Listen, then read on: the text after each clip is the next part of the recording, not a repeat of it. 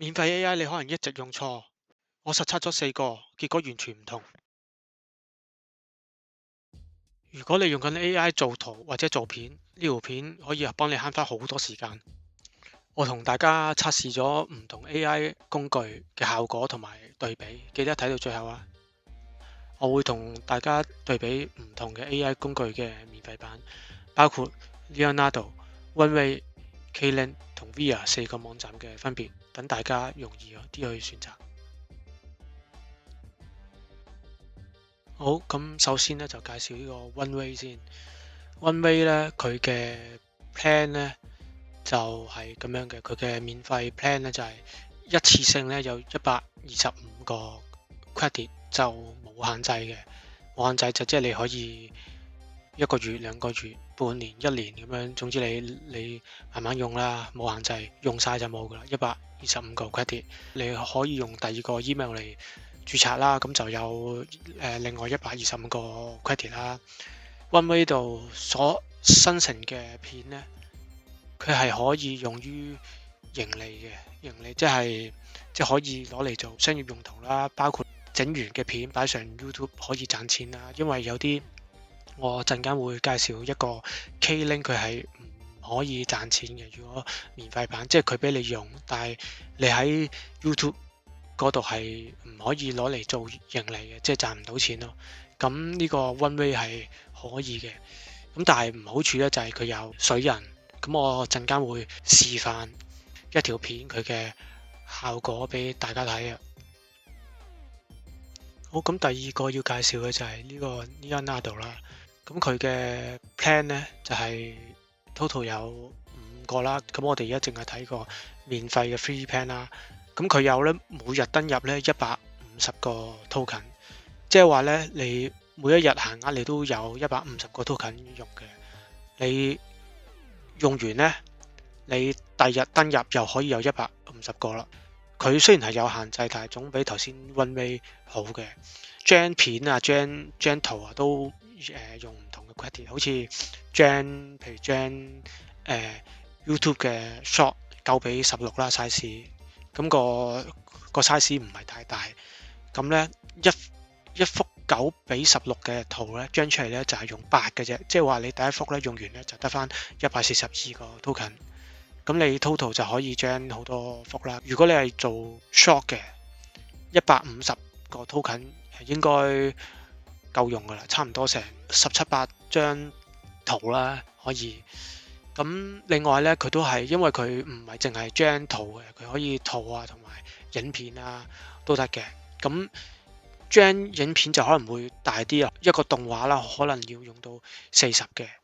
咁你150減40已經得翻110啦。咁即係話你同一個 account 只能夠將3條片，咁你可以用第2個 Gmail 去登入啦，咁就有150個啦。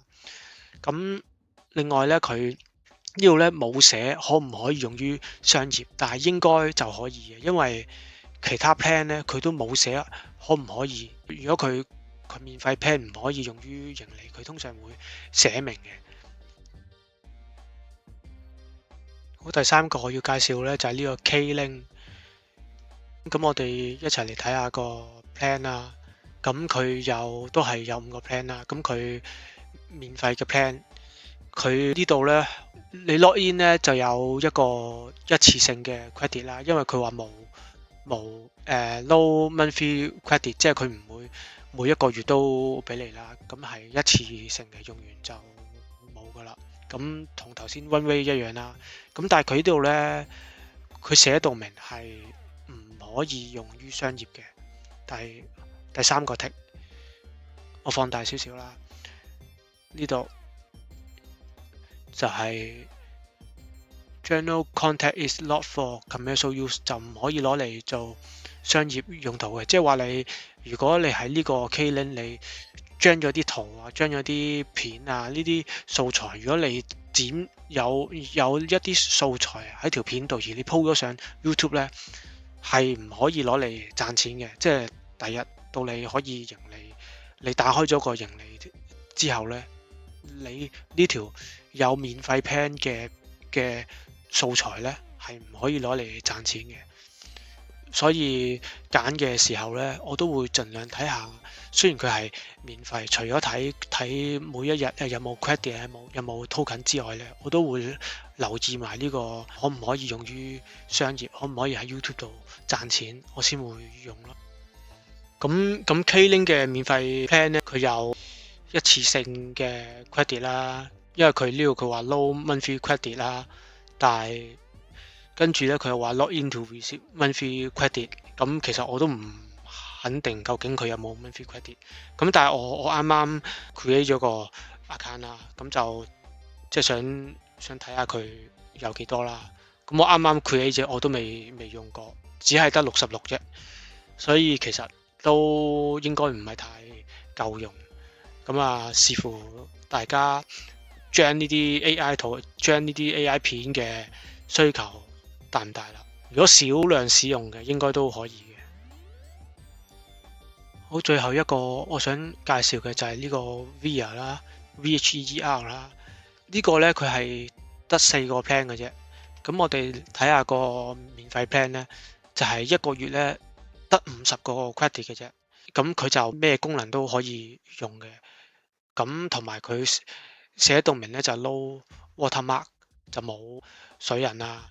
咁但係咧，因為佢雖然佢冇寫到可唔可以用嚟商業用途，用嚟即係譬如YouTube 做盈利啦，但我相信就唔可以嘅，因為你睇下下一個 plan premium 佢又寫住 commercial use 嘅，之後嗰啲都有啦，但係呢個 free plan 咧就冇嘅，所以咧。佢嘅寫法咧同頭先 K-Link 係唔同嘅。K-Link 咧佢寫住 gen 咗嘅內容係唔可以用嚟商業用途。呢度咧 Via 咧佢咧就冇寫到可以用嚟做商業用途，所以咧佢嘅意思即係同 K-Link 一樣，係免費 plan 係唔可以攞嚟做 YouTube 盈利嘅。咁我頭先介紹完4個 AI 工具啦，咁想俾大家睇下個效果啦，咁而家呢一幅相呢，就係呢我喺 Leonardo 度 gen 出嚟嘅一幅相，係模擬迪士尼嘅效果去 gen 出嚟嘅。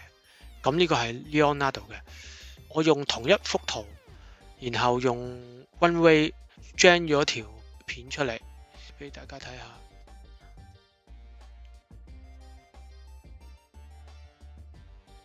就係咁樣嘅。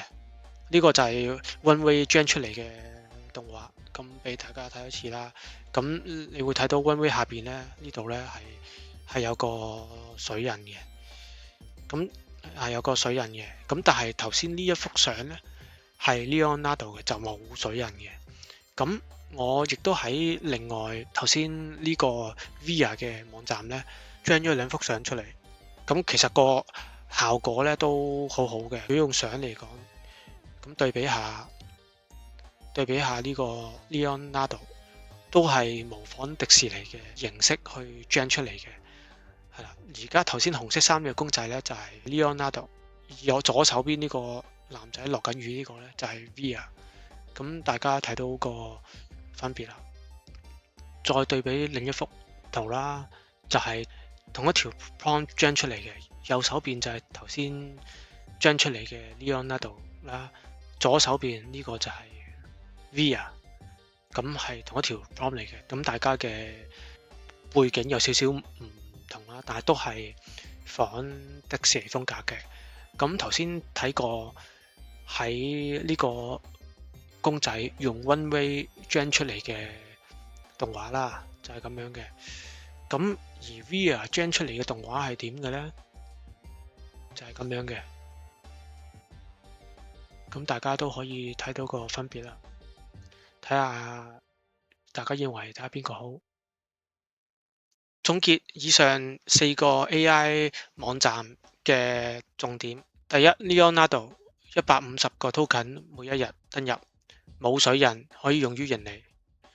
Runway 一次性嘅125個 credit， 冇每日登入獎勵，有水印嘅，可以用於盈利。K-Link一次性嘅66個 credit， 冇每日登入獎勵，唔可以用於盈利。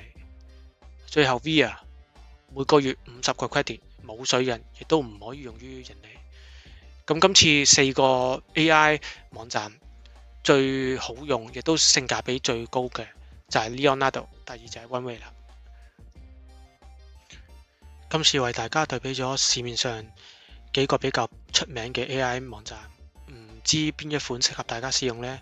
歡迎大家留言討論，訂閱我可以第一時間收到最新嘅 AI 資訊。今集嘅時間差唔多啦，下次再為大家討論相關嘅 AI 話題啦。下條片再見，拜。